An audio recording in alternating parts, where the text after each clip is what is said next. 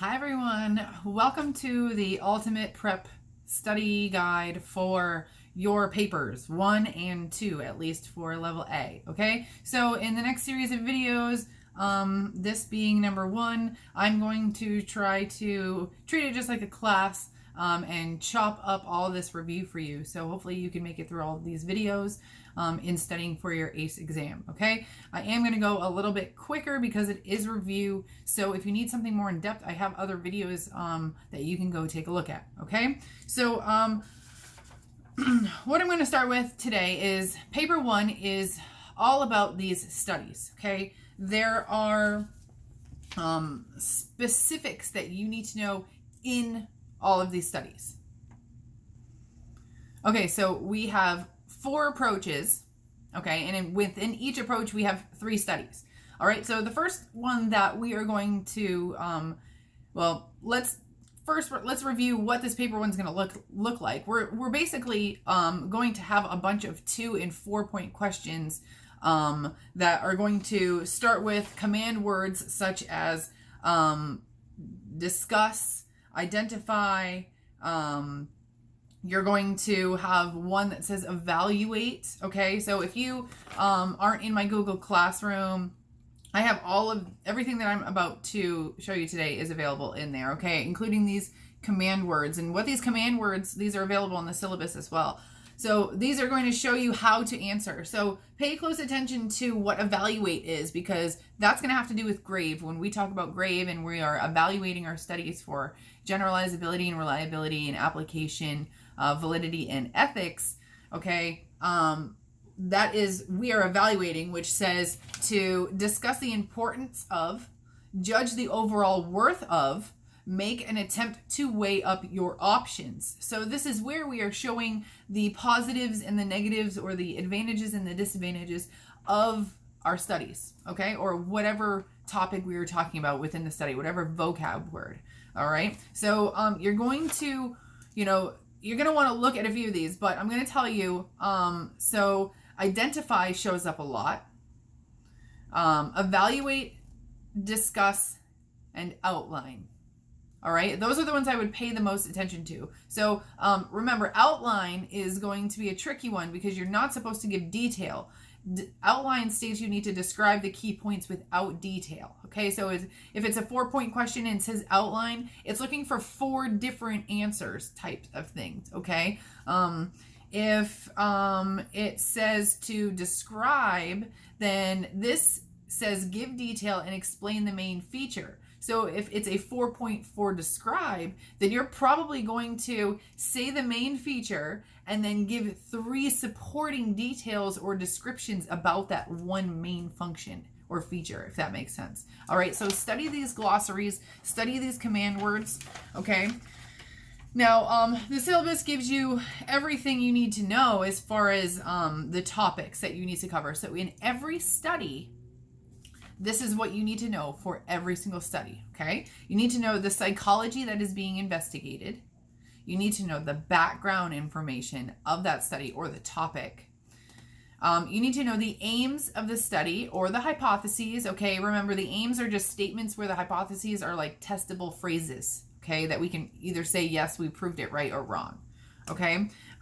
The procedure, okay, you need to know the procedure of every study. And what does this mean? Basically, this includes the research methods that were used, okay, is it a lab experiment, a field experiment, the sample size, the demographics of that sample, if it's known, the sampling technique that was used, the experimental design, that is independent measures, repeated measures, or matched pairs, what the controls were of the study, if there were questions, what type of questions were they open, were they closed, things like that. What tasks were the participants doing, how were they measured, and how did we manipulate variables, which that has to do with what was our independent variable. Okay, that's a lot that you need to know for each study. I'm going to go through that though really quickly. Ethical issues, you need to know that. Any results of the study, that's numbers. Any conclusions of the study, those are like statements and phrases that basically we're taking our hypothesis and we're basically making it a statement as true or false now, okay, instead of a question. You should know the strengths and the weaknesses of the elements of the study. That is why I've kind of clung to grave. I won't say that I invented it, but I remember hearing it, or maybe someone showing me an acronym that was similar, and I said, oh, that is so easy to remember, we're just going to stick with that. So instead of you thinking that you need to memorize and evaluate the study for anything and everything, yes, it is very possible that you are going to have to evaluate a study for a longitudinal or for a lab experiment. So you are going to need to know those. Let's dive into that really, really quickly, okay? In my Google Classroom, I have this available to you. But, you know, it's really important for you to know the strengths and the weaknesses of the vocabulary, okay? Not just what the vocabulary word means, but the strengths and the weaknesses associated with it, okay? So here's an example. If you want to say the question said evaluate Canley for generalization. So evaluate is to discuss the strengths and the weaknesses, okay? So what you can do is make a general statement about a strength of generalization. What is a strength of studying generalization? What is a strength of a study being generalizable? Why is that good? Okay? Now, what is a disadvantage of a study being generalizable? Okay? So here's an example. So a strength of generalizability, it means if the research is true to a large number of people in a large number of situations, then it can be useful to a large number of people, okay? So if a study is generalizable, then we can actually we can make statements about other people that it's possibly true for those other people as well. Now, a weakness of saying a study is generalizable is it usually assumes a nomothetic approach, which means that everything is the same. So it disregards important individual differences. Here's another one. The findings of studies performed in one country cannot automatically be generalized to all countries. So keep that in mind. A study that is done in the UK cannot be generalized to India, cannot be generalized to the United States, cannot be generalized to Mexico, okay? Unless we have participants from all over the world, okay? Which we actually don't have any in this study at all. So remember that and use that, because you can always say that none of these studies are generalizable to the entire world, okay? And here's another hint. If a study has only males, it's not generalizable to females. If they're all white, it's not generalizable to other races, okay? So that's a hint on how to determine if a study is generalizable. Okay, so when we talk about grave, which when we get into these studies and get into these cards, and I show you these cards that are actually available in my Google Classroom, you can see the information on the front of the cards. Here, I'll give you a little. Okay, so I have information, what you need to know for paper 1 to pass paper 1. Here it is. Okay, this is the information. These are actual pictures of cards that I created, and then I put these pictures and these images in the Google Classroom. So what you can do is just print these out to study. So simple, okay? So simple. Oh yeah, so in order to evaluate any of these studies, you know, we need to do grave. So guess what? You have grave as well, and grave for each of the studies is on the back. Is also in the Google Classroom, but I put these on the back of index card. So, do I have one here? Index card. Oh yeah. So basically, my index cards look like this. This side, this side. So you have pictures of them. You can just print them out. Okay. So let's talk what is grave. Okay. Generalizability, reliability, application, which is usefulness, validity. We're talking internal and external, which is also ecological validity. And then ethics, okay? You, if you can study these 5 in depth for each study, if you have this for each study, which I have, and they're in the Google Classroom, then you are set on evaluating any study. That last evaluation question, which, by the way, you need to do first, when your proctor says go and you can open that test, you better be going to that last question first. Research shows that kids who do the last question first have higher chance of passing. No joke, okay? You better be opening that up and tell all your friends, open it up and go to the last question first, okay? Let's get into grave. I already talked to you about some strengths and weaknesses of generalization. Okay, so generalizing to a population, sometimes when scientists talk about generalizability, they are applying results from a study or a sample to a larger population from which the sample was selected. Okay, so normally if we selected from college students, then we can generalize to just college students. So, because we have gender bias, if there's only one gender over the other, or there could be 80 males and 2 females. There's a gender bias there, okay? Ethnocentric bias. This is when there's predominantly one ethnicity involved, okay? And this also has to do with any groups that are judging as well. So especially if there's any observers or experimenters and they're all the same race or something like that, okay? Keep that in mind. All right, that's generalizability. Now, reliability. What is advantages of a study being reliable? So if reliable experimental studies are replicated exactly, we would expect to achieve very similar results, which is exactly what we're going for in science, right? We want the same thing to happen over and over, which, this is why psychology is just a bunch of theories in a book. There's no laws in psychology, because human behavior is always changing and always evolving. So unlike science, psychology is just a little bit different. So when we can replicate something in psychology, it's so good. It's really good. Another advantage to a study being reliable: if a questionnaire is reliable, then it is consistent in its measurements. So questionnaires are something that we can reuse over and over, like in our autism quotient or our theory of the mind.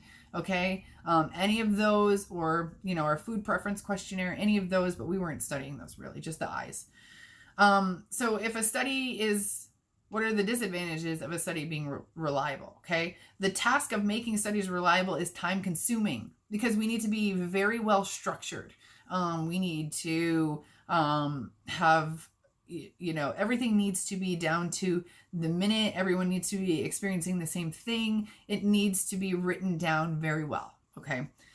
Data must be handled carefully and precise. That is, numbers cannot be misconstrued. It's very hard to do with observers, so we need to use more scientific equipment, less people. Okay. Now you have all different types of reliability.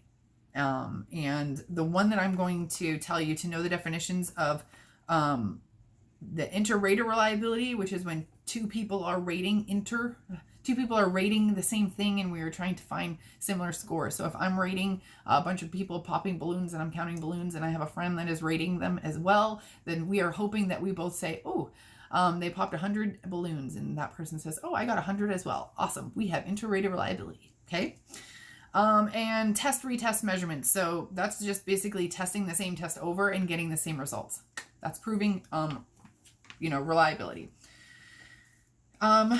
Let's see. Application. Okay. Is a study useful? How can we apply it? And the only way to tell how to use,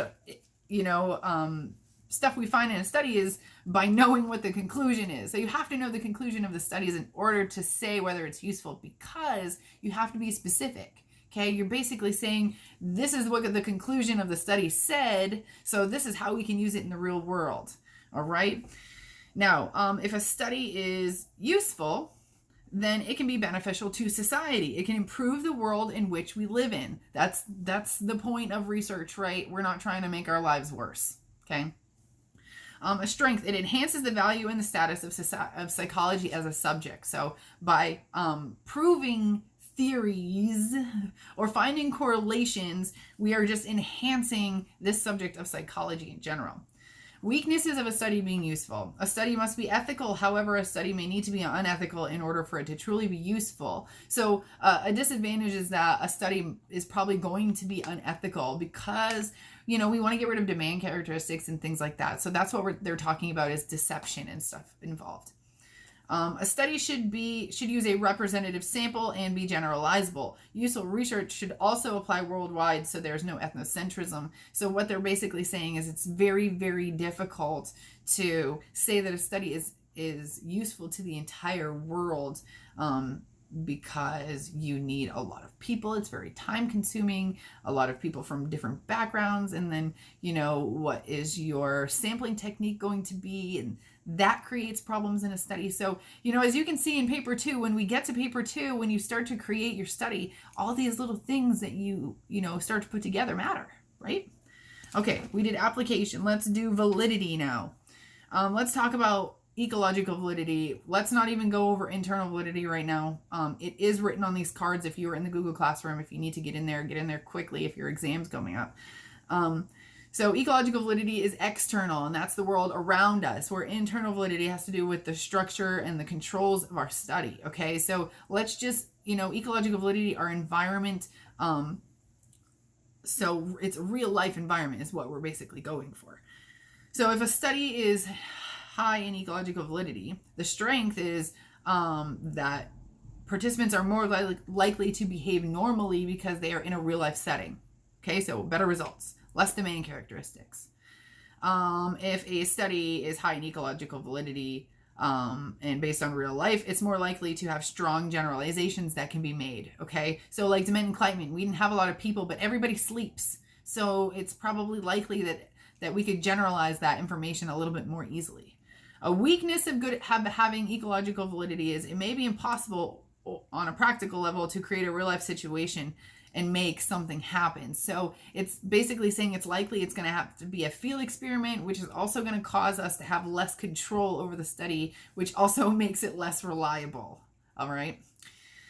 If a study is high in ecological validity, a weakness could be if a study is conducted in a natural environment, the experimenter may not have obtained the participants' consent. So again, just like usefulness, it may be unethical, which is a disadvantage, okay?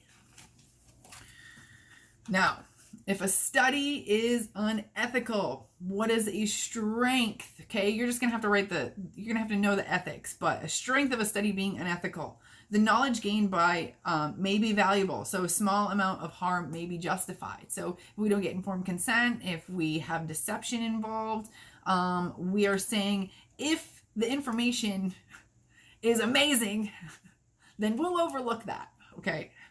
Also, being unethical can stimulate or help create a more realistic, ecological, valid situation. Okay, so, we are trying to make something have good ecological validity, and to do that, people can't really know that they're part of a study because we want them to act natural. Okay, see how that's all kind of intertwined? Now, weakness of being unethical. Being unethical invades human rights. Okay, we always want to be ethical, and even when you're creating your own study, you need to be ethical. And if you need to have deception in there, which I would recommend, you need to state why you need deception, which is to get rid of domain characteristics, okay? Also, participants may make false assumptions about the true nature of the study and behave in a way in which the experimenter does not wish, which there's domain characteristics, okay? So a weakness of a study being unethical in that sense is, I'm going to say that it's a majority of this research that we have here and these 12 studies are unethical. Okay. And it needs to be that way in order to get good results. Okay. So, I would at least go through, the advantages and disadvantages of things like laboratory experiments, field experiments, natural experiments, repeated measures designs, independent groups designs, match pairs. Okay, I have all that right here. Maybe if I show you, right? You're like, okay, I have all that right here. I'm going to try to keep these videos around 20 to 25 minutes long. So let's see if I can maybe tell you one or two. So advantage of a laboratory experiment is they allow for control over many extraneous variables. Okay, so lab experiments is we can control things that we don't want messing up our experiment. Okay, like the weather, we can't control the weather. Extraneous variables, the weather. Yeah, we can control things, make it indoors. Okay, disadvantages to a lab experiment is the results may be biased by sampling or demand characteristics or experimenter bias. Okay, for a field experiment, an advantage might be there is greater ecological validity because the surrounding is natural. Where a disadvantage might be there's difficulty controlling the situation, so reliability and validity are going to be lower. All right, does that make sense? So also ACE Psychology in Quizlet, if you can find me on there, I have a lot of these in my Quizlet, first of all. Second of all, I have a Kahoot, which I will link below. There's about 40 questions. It does cover a lot of research methods, and it throws a couple studies in there. All right, so this is the end of video 1. The next video is going to talk about the biological approaches. So I will see you over there if you need access to my Google Classroom. It is a $25 donation. I did spend the last 4 years building this amazing classroom with amazing study materials that you would be able to just, print out to study. Okay, so we're going to go over that biological approach. I will see you there.